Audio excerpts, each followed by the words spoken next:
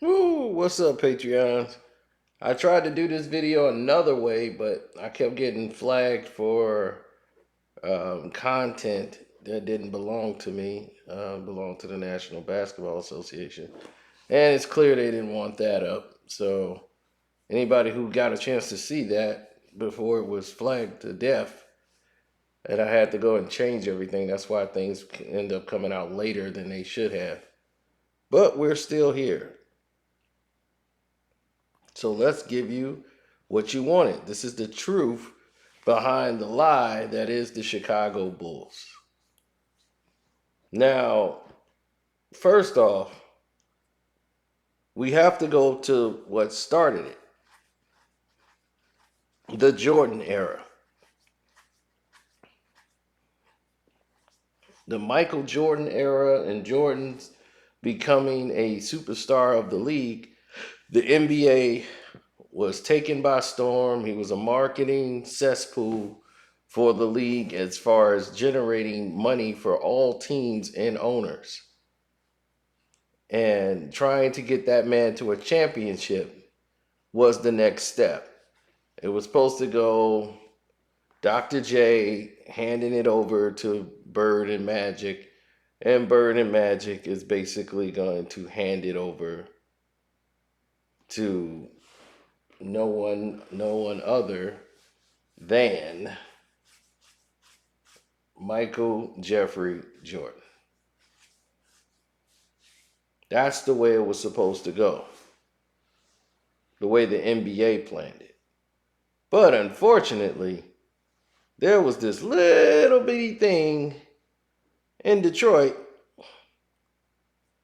that was just an annoying pest they couldn't get rid of. No matter how much they rigged the game, no matter how much they tried to stop it, they couldn't stop the Detroit Pistons movement. After the 88 finals, when Isaiah put on the biggest performance ever and we got shoehorned out of the NBA championship, the NBA decided, okay, that was close. We can't have that happen again. So right now, let's start expanding. The league is growing. The Pistons are too strong. And I think it's because we need more teams. It's too easy for them. And we can control things more if teams are getting just too strong. We got to just expand. So that way it's going to make competition more fierce.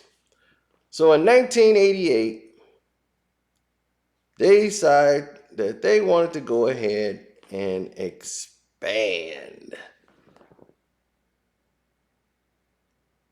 So everybody's like, whoa, what is going on here? We're expanding? It was like, yep. All of these things that was taking place in the early years was now a problem going into development after the Detroit Pistons almost beat the Los Angeles Lakers in the NBA Finals in 88. So now, during the 88-89 season, after that concluded, we started having a change in direction. We started seeing other new teams come into play, and it just got worse and worse.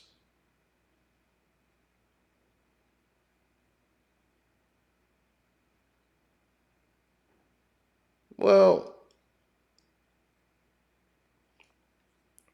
the problem is expansion has always been something that's a tricky scenario.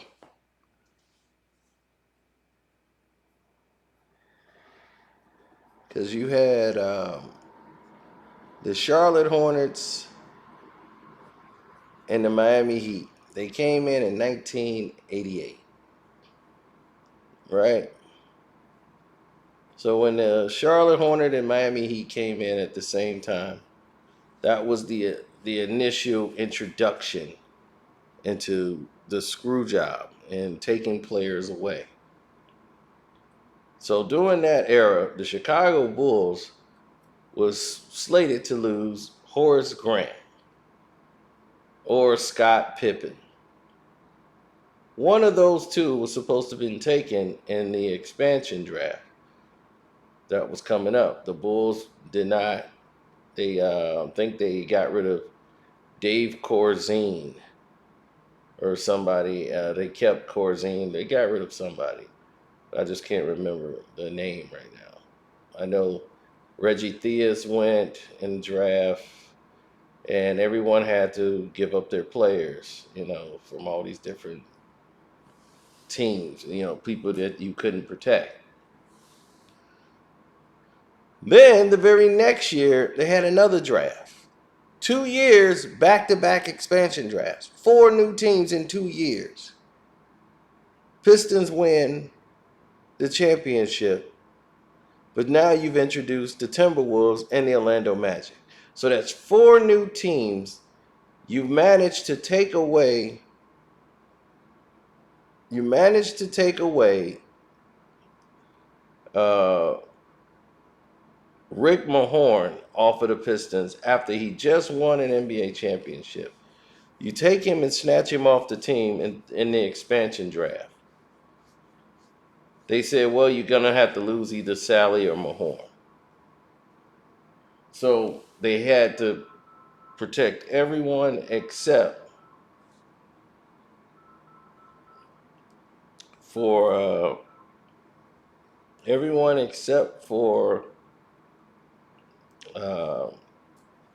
Rick. And it was bad because it happened during the title reign. But what has this done? This has completely ruined the entire league, as everybody's players are being diluted. So now all the players are being diluted down. Let's go into what's happening now. Pistons are back-to-back world champions. Okay, they beat the Portland Trail Blazers. They're breaking down. The league has been trying to get rid of them for I don't know how long. And now they're going to usher in a new deal with NBC. NBC wants Michael Jordan. Dick Ebersol, and we've already covered this part of it, but he wants Michael Jordan to be the star. And he said, you guys are promoting this like a sport instead of a sitcom. Michael Jordan is the protagonist. The Chicago Bulls, they are the heroes. All the other teams in the league are the villains. And that's how it should be promoted. They're the antagonist, he's the protagonist. And then you have to have this theme, this story, the championship. It's theirs. They're out to get it, the quest to get it. And then the story of Michael trying to protect it from all these villains. This was the theme, and it was written down on paper, and it was storied by Dick Ebersol. And he says this is how you sell it to the people. And he was right. They added music. They had the whole feature layout. It was perfect. For every weekends, Saturdays and Sundays, nobody missed the NBA. The Bulls were supposed to play every weekend, no matter what. They weren't even world champions and had a deal in place where Michael Jordan had to play the Bulls rather had to play every Saturday or Sunday. That was it. They were the featured game every weekend. Michael Jordan's going to have to play on Saturdays and Sundays. And that's going to be the prime time game. They weren't even world champions yet. Now, because the Pistons were 10 deep, it's hard to control the game. If you try to throw Isaiah Thomas into foul trouble, we got Vinnie Johnson that'll come in and light it up. And if you try to throw Isaiah and Joe Dumars both in there, we had everybody that could step up and score. It was hard. You couldn't put Rodman in foul trouble. We had Rodman, we had Dantley, we had Aguirre, we had everybody that could step up. And even any given night, somebody else could be the guy to beat you. That's what makes a dangerous team.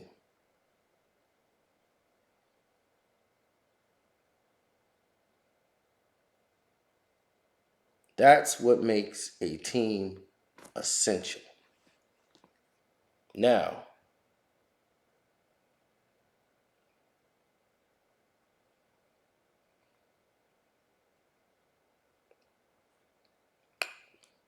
we're going to go into more details that you didn't know.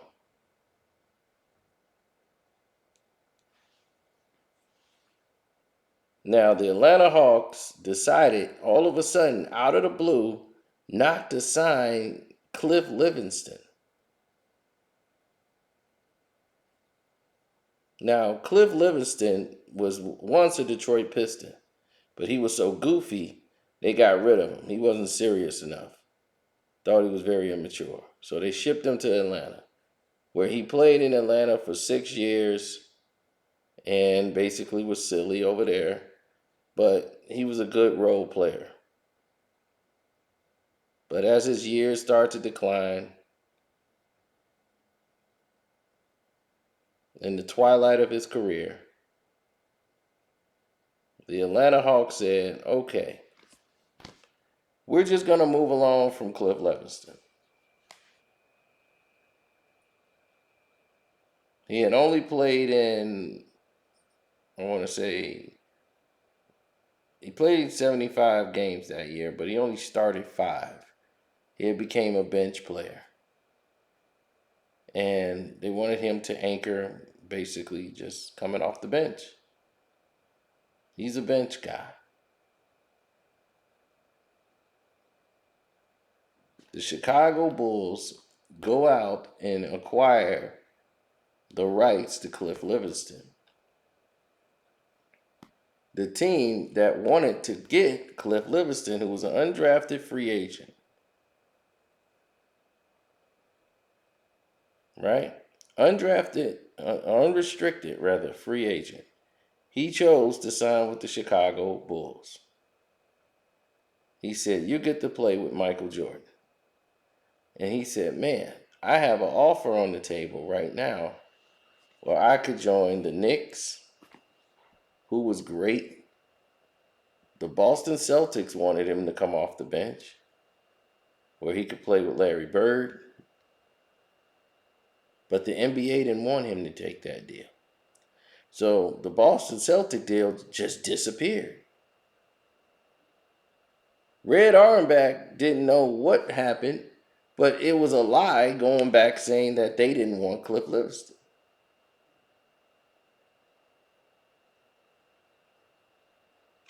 That was a lie. A complete and utter lie.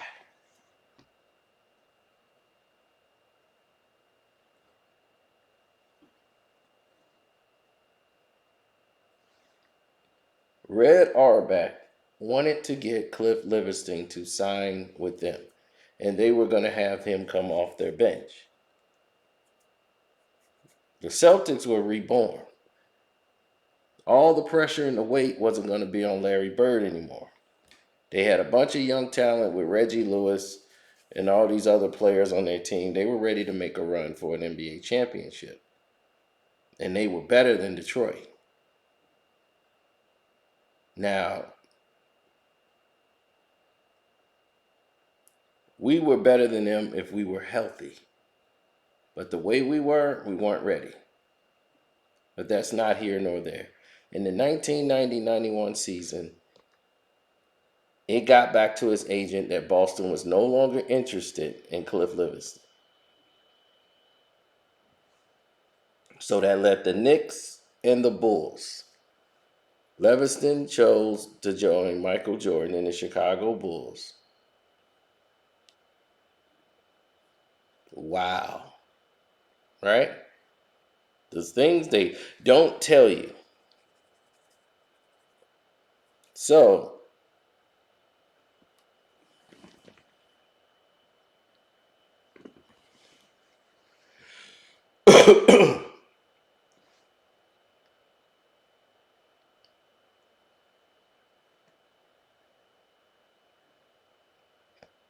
so Ed Neely all of a sudden signed a veteran free agent deal with the Phoenix Suns in the offseason, right? Now, once that's done, they got rid of Ed Neely. They picked up Scott Williams, who played in North Carolina, one of Jordan's, like looking out for Dean Smith, grabbing a North Carolina guy. So they did that, right? They waived Craig Neal to make room for Cliff Livingston on their roster. They had just signed Craig Neal as a free agent in September. Craig Neal wasn't on the team a month before he was waived.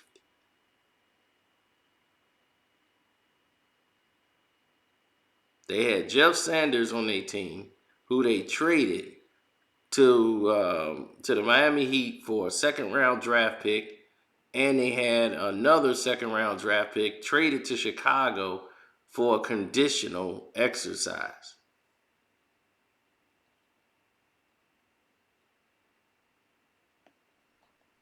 Now, the Bulls got from Ed Neely a trade as compensation, which is ridiculous. All this did was free up cap space so that they can maneuver to go down the road. You might say, well, what do I mean by go down the road? What I mean by go down the road means now that they've done all this and cleared all this space, this leaves them a lot of wiggle room to pick up a veteran guard. The salaries were terrible, but manageable.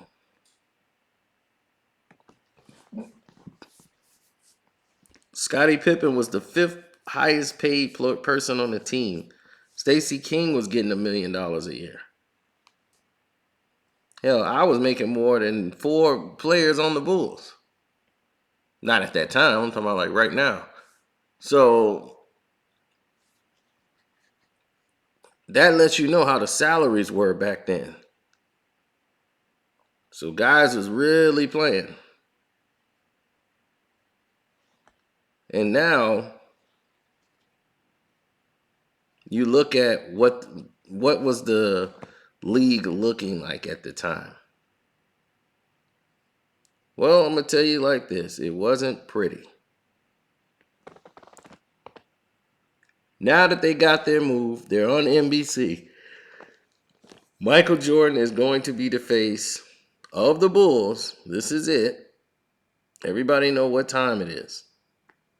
Now, when you start looking at the actual season, the actual players and what have you, you're looking at a entirely different situation. The Chicago Bulls started off the season losing their first 3 games. Normally, when you lose your first 3 games of the season, that team has never won an NBA championship. So right when they lose the 3rd game in November, there was a big meeting that had to go down.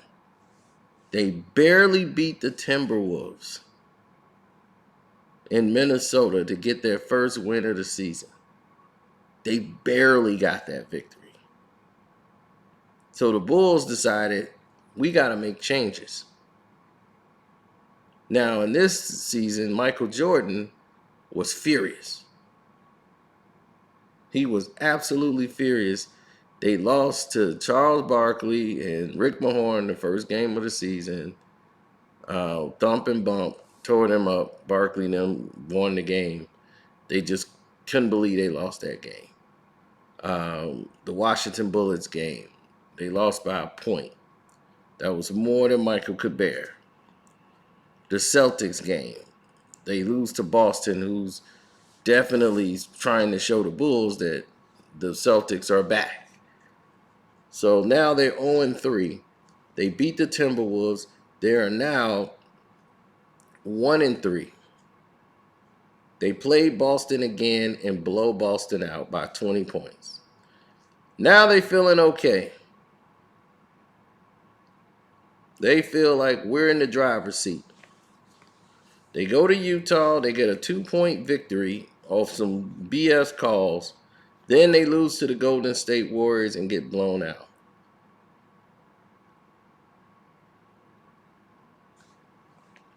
The Chicago Bulls in the 1990-91 season, every team in the East was basically trash.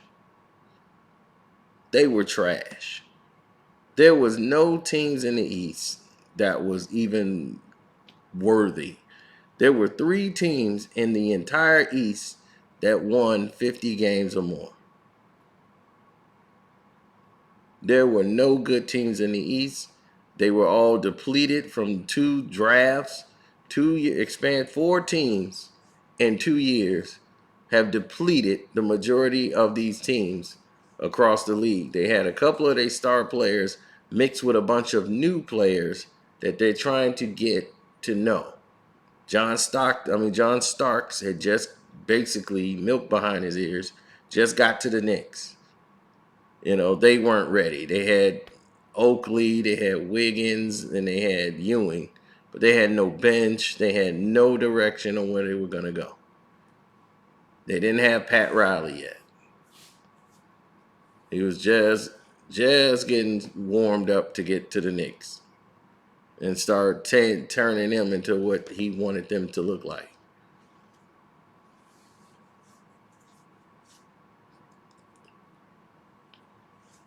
So I think they just got Pat at that time, and they weren't ready. The Indiana Pacers, a young, brash team. They just got to the NBA playoffs the year prior, and that was really they call to the table. Chuck Persons, the rifleman. Had Reggie Miller. They was young. Not any competition. Your competition was the Detroit Pistons, the Philadelphia 76ers, the Boston Celtics, and the Bulls. That's it. That is your competition in the East. There was nothing there. The Pistons was hurt. The Boston Celtics were the best team in the East at that time. And the 76ers they weren't going to do it. They didn't have the experience. They didn't have the guards. They weren't going to make it in the playoffs. They strategically maneuvered to have Boston play Detroit, who was about a 3rd seed going into the playoffs, struggled with the Atlanta Hawks in the first round. And so they ended up playing Boston in the second round. And because of the way the seeding was, the Bulls had the easier schedule. And they had Detroit play Boston and get by Boston.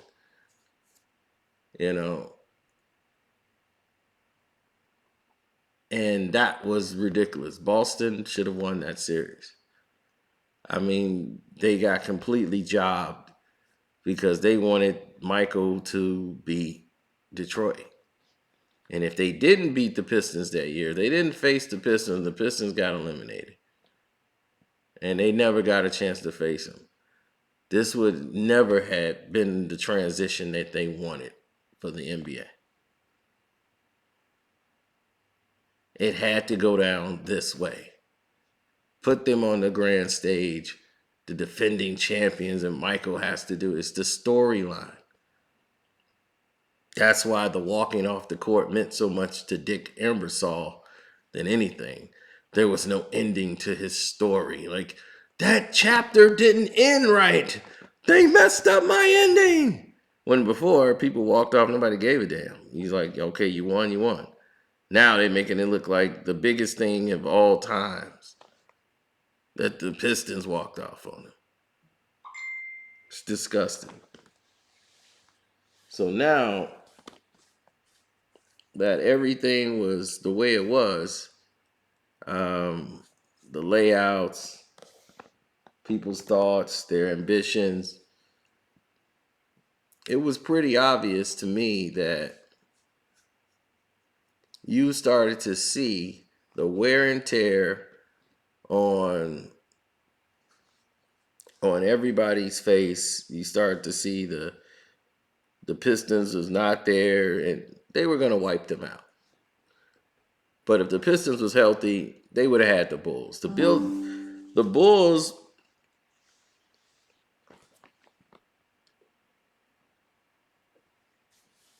Bulls, were the underdogs and the luckiest team there. They were not ready to be champions yet. They had to believe and change their philosophy. The person that won the championship really for them and who did all the dirty work was Cliff Livingston. Cliff Livingston changed the game. They love to tell you this lie about how Scottie Pippen came in and guarded Magic Johnson because Magic Johnson, they had to put Scottie Pippen on him because he was killing Michael Jordan. That was not the case at all. Magic got a triple-double in the first game, but that's not what was killing the Bulls. Because Michael Jordan started guarding Magic again. It didn't matter. Every game he was guarding Magic. They would switch and put Scottie on him. And that was not a factor anymore after they did it in game 2. In game 2, the game just broke out in transition and the Lakers couldn't score.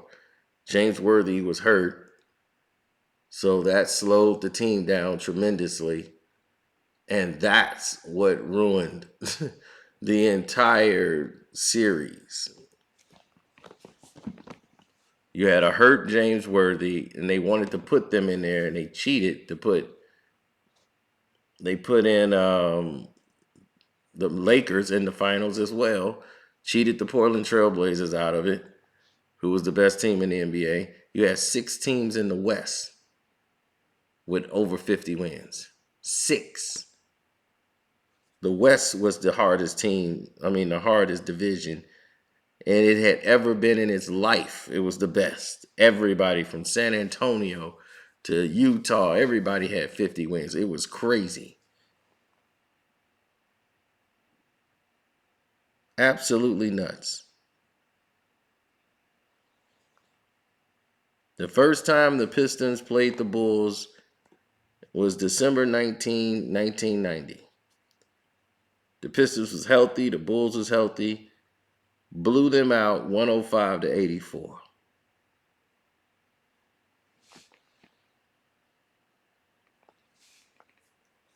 That was our first meeting of the year. Blew them out the water. So it wasn't a fluke.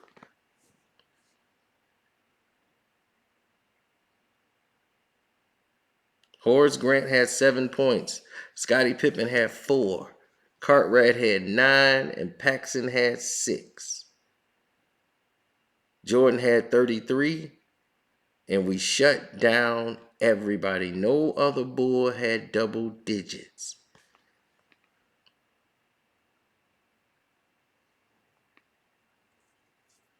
Meanwhile, the Pistons, Mark Aguirre had 15. Zeke had 19. Dumas 19. Lambeer had 16. Rodman had 8. Buddha had 11. It was a rout because we are a team. We know if we just leave Michael Jordan on an island, he will implode. The rest of the team will just implode. Michael can't beat them alone. So it wasn't that we couldn't beat them that year. We knew we could still beat that team. And had we been healthy, even with the flagrant foul rule, they brought that into play, they still got beat by 20 points. And let me tell you something else.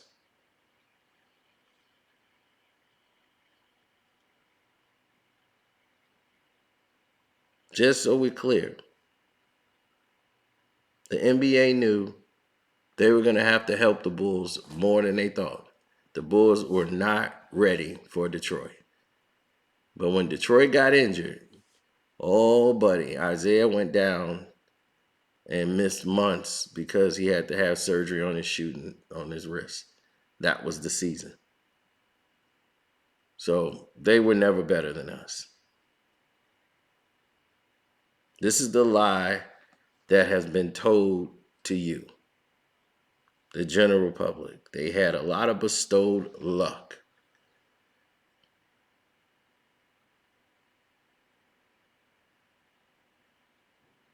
A lot of bestowed luck.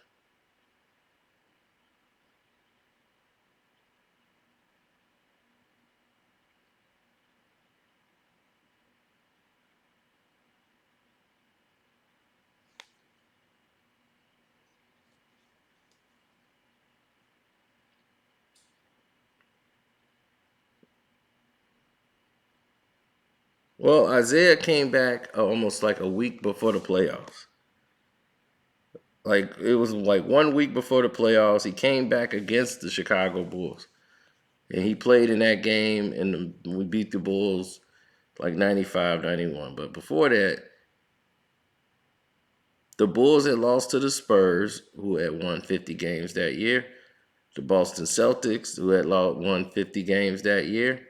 They lost to the Houston Rockets, who lost 50 games that year. They lost to the 76ers twice that season.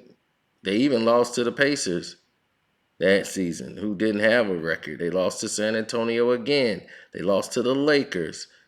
They lost to the New Jersey Nets. They lost to the Atlanta Hawks. They lost to the Houston Rockets again, who also won what? Over 50 games that year.